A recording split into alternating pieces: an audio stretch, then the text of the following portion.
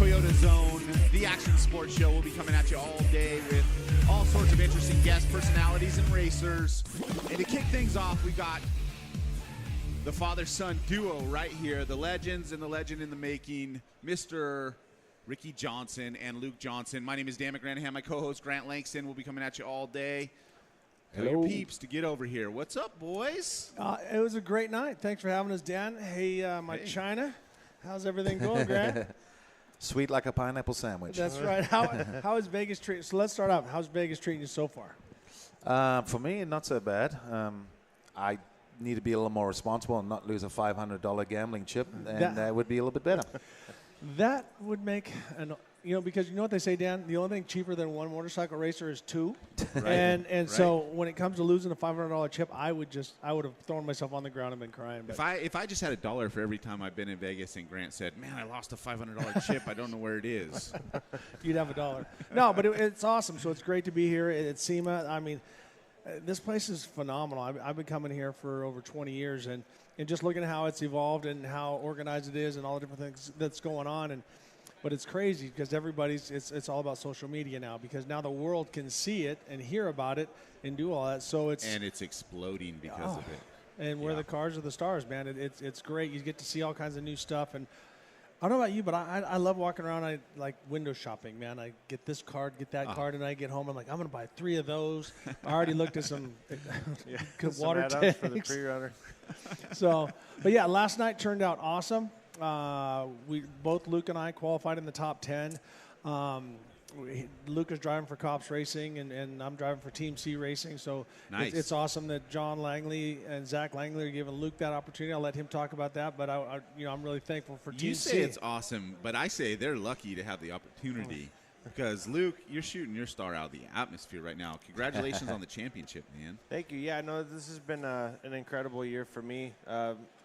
Going back kind of to before the TORC season started this year, I was running with the Cops guys. We qualified first for the San Felipe 250, backed it up with a first in qualifying for the Baja 500 in the Trophy Truck Spec, and then went on to have a great season in short course. We brought home 4 wins my rookie season in Pro 2.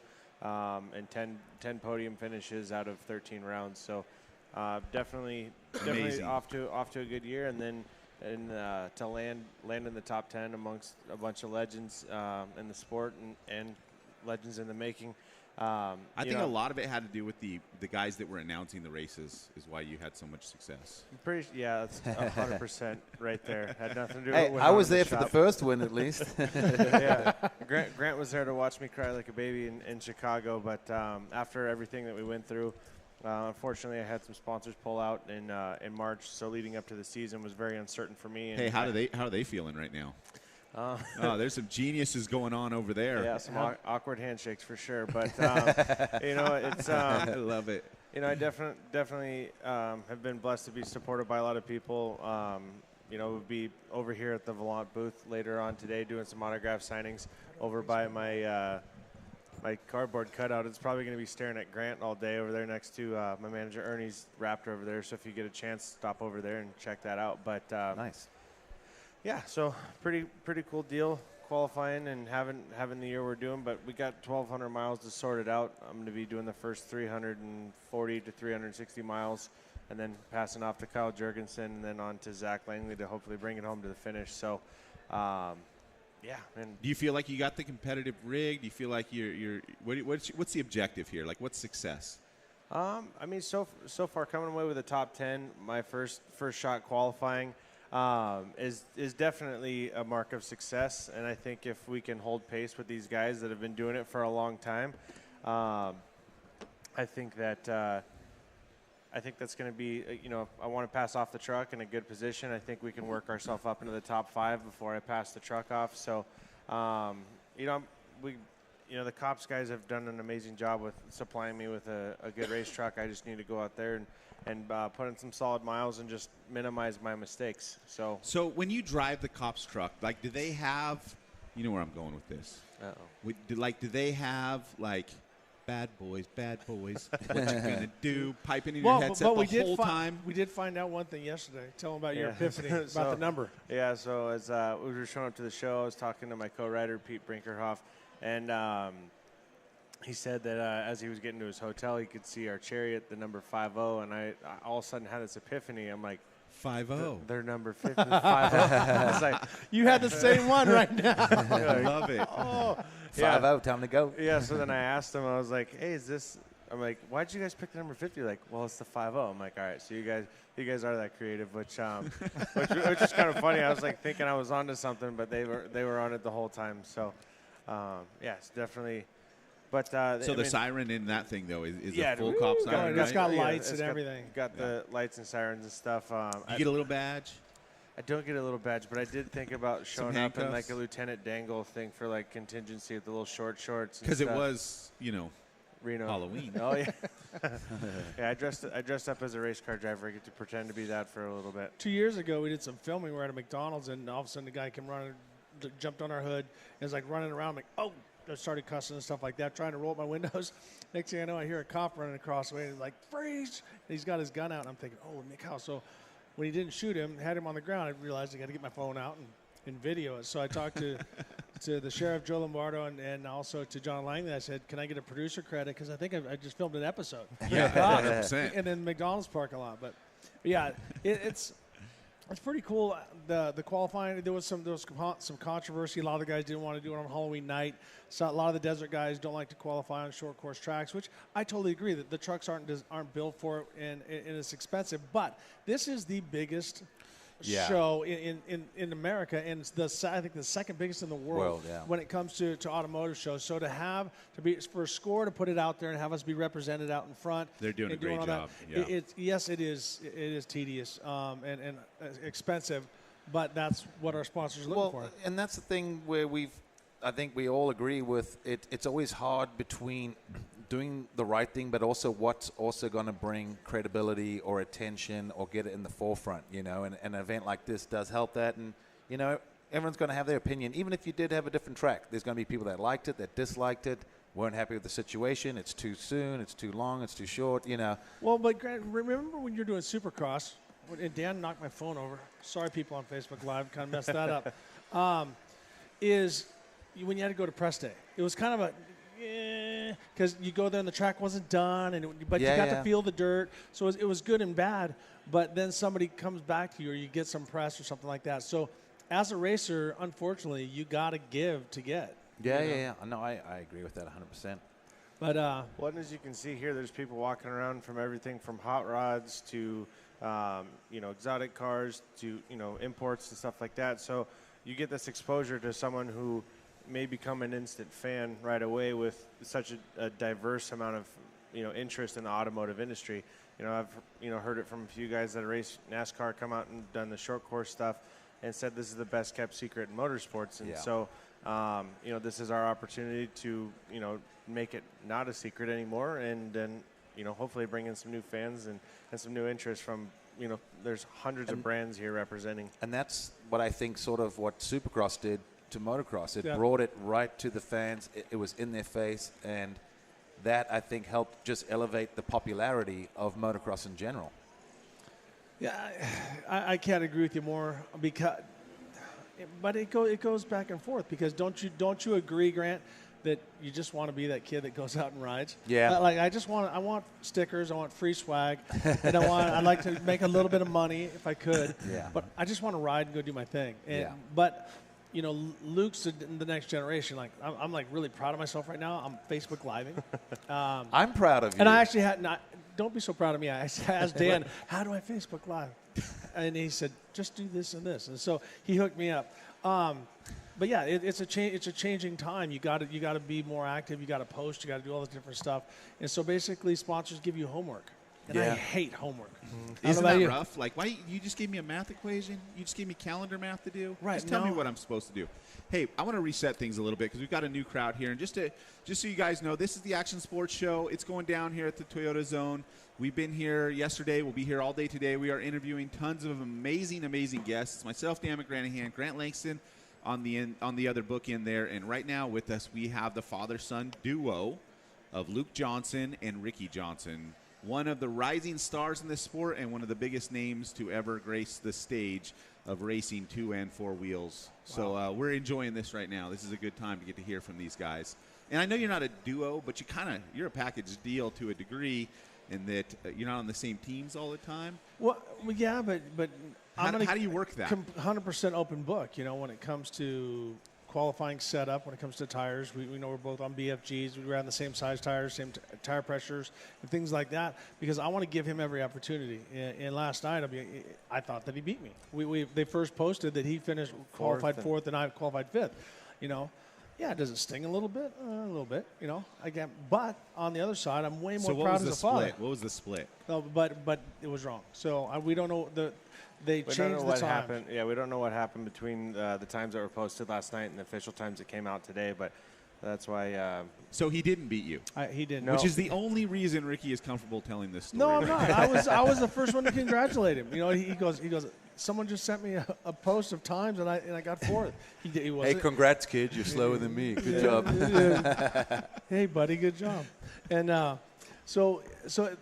but anyhow, this race is going to be unbelievable because it's going to be really, really fast. I'm going to be doing from 0 to 5:25. So you're taking a big chunk. Yeah, but it's not going to be near as rough as last year. Last year, I'm going to say, is 3 times as physically demanding as this year. Even though this is going to be much further in distance, the speeds are going to be phenomenal. So you're expecting a pretty fast race. What are you guys projecting average? I'm looking at a 65 mile an hour average for me. Hammered down. Yeah, because it's going to be really through fast. the north, huh? The north, because they don't mess around. They're not doing all that zigzaggy stuff when you go into Ojos and stuff like that. Okay. It's just really quick, get you over to 77 down, and then over down the goat trail, and a real short loop through Mike's and stuff like that. So it's really, really fast. And the San Felipe stuff is going backwards, so the whoops aren't really square. They're more laid down, so you can carry a lot more speed. Nice. Yeah. And but it's going to get rougher by the time the race comes, but nothing like last year. Last year was brutal. So I'm excited. I think Team C, Larry Connor. I got Ryan Arciero, who's going to get in for me at 5:25. He'll take it to Loretto. Then Larry will take it to the finish. And I got to be honest with you. Other than, I had great teams everywhere I went. But besides Team Honda, and how they were or how they are. Yeah. About diligence, about giving you everything you want. Team C is the best team I've ever driven for. Larry Connor, cool. Doesn't matter what you need, he makes it happen. And it's not just extravagant, just throwing money away. He makes sure that we have the performance. And then Neil Mason and Jeremy Johnson. So I feel confident that we're going to be a contender. But Dan, you got a friend that's won a couple Baja 1000s. Indeed. I'll be chasing him down there again this year. He's driving. And he's driving. I know what it takes to. Let's just say that in context. I don't know what it takes on the bike to win. I have raced Baja, but I've never won at that level. But I've been around yourself and so many of the guys that have the multiple championships. He's being very humble. You've been the backbone of Johnny Campbell and helped him in so many different ways. So you've seen the highs and the lows and all the different stuff. And so through that, And if I had to put it kind of in context of what matters most, durability matters more than speed, and having a strategy. Because I think down there, and that's where it's an interesting question for Luke, actually. When you come out of such a high in the short course world, I don't think you can play the short course game in Baja. I think it will hurt you. I think you're not racing for corners. You're not racing for moments. You've got to play the long game. You got to let it come to you, and you got to protect the equipment. Absolutely. I mean, there's a certain amount of the aggression that you need to have from short course that I feel can carry over to desert and help you. I definitely think that, like you said, if you try to push the pace, I mean, in a short course race, I have 20 and 25 minutes to get the job done. Yeah. And, if I break something, we'll get it fixed, and we're coming back for the second day. But when it comes to desert, you definitely have to be methodical. And as I get asked a lot, like, which one do you like better? Do you like short course or desert better? And, I honestly, I can't answer that, because when it comes to short course, you're going as hard as you can for 20 minutes, and then it's over. It's like being in a street fight or something like that, versus you got to be super methodical and make it make it to that next section and pass off a truck, and it's got to continue going. So it challenges you mentally as a driver to how hard can you push it versus what can the vehicle take. so, Well, Dan, and you might want to ask him, you know, if he's ever like had a brain fart at the beginning of a race, and what happens. Yeah. You know what? There's some back end to this story. Oh, Please. yeah. Please, So please If do you share. go to Luke Johnson's Facebook page or his Instagram, you'll see there's a there's bushwhacking video. Yeah, I think actually it's on the Cops Racing page, but at the start of the Baja 500, right around race mile 17, leaving, you know, I'd qualified first, so I wanted to make sure to get out to a good lead, and overcooked a right-hand corner and went bushwhacking on the start, and I thought my day was going to be over relatively quickly, but some quick decision making and figuring Some things luck. out, and some luck. Yeah. Hey, that helps too, right? Definitely packed my rabbit's foot and horseshoe that morning. But yeah, went down through the ditch and then came up the other side. It was super soft, so just kept pedaling it. And then when I popped up the other side, it looked like it was a shortcut that I meant to do. It popped right back onto the course and kept going didn't even scratch the body. But Like a boss. And that's the thing that's so demanding about this race. And you're obviously going to have the ballistic man himself up here in just a minute, BJ, and he does everything 100% solo. Is the mental fatigue? I mean, I could only imagine. Like, I've never done anything anywhere near that sort of length, but I got to imagine, like, it's got to be just, never mind the physical part, but like you were saying, just mentally just sucks it. well, even and Grant, you know that when you did 45, did you ever do 45ers way back, like 40 right when you plus first 2, started? yeah. And your mind has so much time to think about stuff. Well, imagine when you talk to BJ, he's going to be out there for 20 some hours. And the thing is that you don't get that physical tired, but your mind starts playing games with you, and you start thinking this way, thinking that way.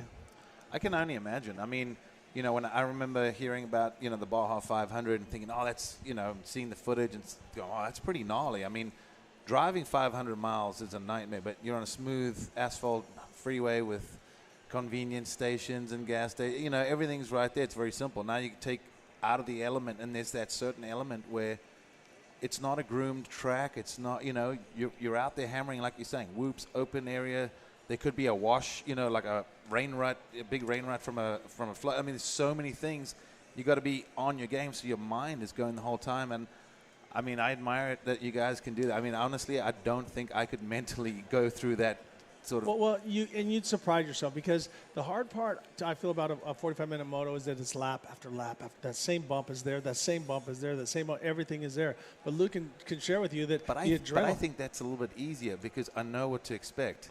When you don't know, that's the element of surprise. But remember just when you were a approach it so kid. different. But remember when you were a kid and you went trail riding and how everything was fresh and everything was new and you stayed excited. You weren't. And I crashed bored. a lot. Yeah. Well, we all did. But Luke can tell you that you keep the adrenaline going because it's something new stimulating it. Oh, for sure. I could see that part well, of it. yeah, it's a new experience, and then the other thing about it too is that when you're, you know, in the heat of competition, you're catching dust, and then you're wondering what that race is going to shape up to be like. Yeah. And then you work at it, and then you might bump a guy. If he tries to take off, then you get what we call jackrabbiting. It's happened to me a few times. But Explain the jackrabbit. So jackrabbit would be, so you know, you've been working, you know, a few miles catching up dust. You get close, and then you give a guy, you know, you give him the horn, or you give them a little love tap on the bumper. Now, they have two options at that point. They'll wave at you or do something, and then they'll get out of the way as soon as they can so you can continue on about your race. Or they get instantly motivated and decide they want to race you now. So then they take off, and so now I personally get really pissed, and so I'm like, now you're going to get it. So now when you catch them, you lay a little bit more bumper than the first time, and then either that or find an alternate line and get around them and put them in the dust, because it's definitely something super frustrating to sit in the dust. Or What's the RJ option? When it's hard when you're on racetrack to racetrack, you know, like even Steven, but you get up behind the guy, you get on his bumper, and you just take him as fast as you can, and then hopefully there's an easy turn and shove him into the bushes. But Well, it happens. little slide job. That's right. Well, it's funny, like we were talking about, you know, us driving trophy trucks and BJ soloing it, but one of my buddies is texting me, giving me a hard time right now. Josier Carrasco, he's actually leading the points and score for Ironman on a motorcycle. So he's won every race this season, which is impressive for him. Racing for Suzuki and Fast House and a bunch of those companies and stuff. But, you know, he's been doing an awesome job in that. And so he's giving me a hard time saying we have it easy in the trucks.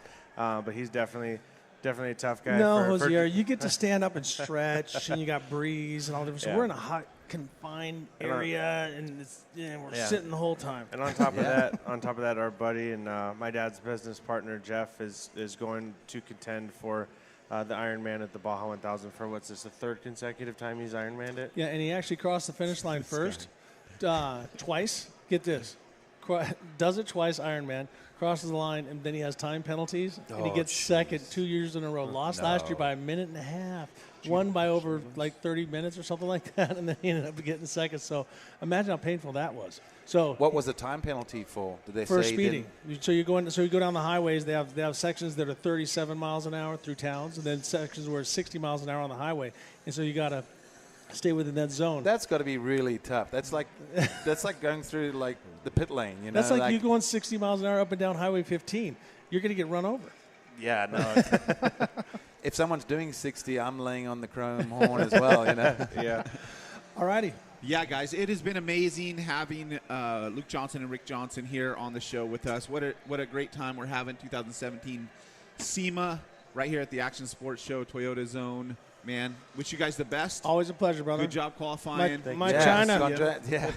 Have fun. Be safe. And All right. congrats on Thank that you. championship, buddy. And you all, earned it. all 4 of my Facebook followers, thank you for hanging out. This is Dan McGranahan. That's my China, Grant Langston, and Luke Johnson. RJ, out. Cheers. He just hit you with an RJ out Facebook Live. How uncomfortable does that make you? We'll be back in a short minute with another amazing guest.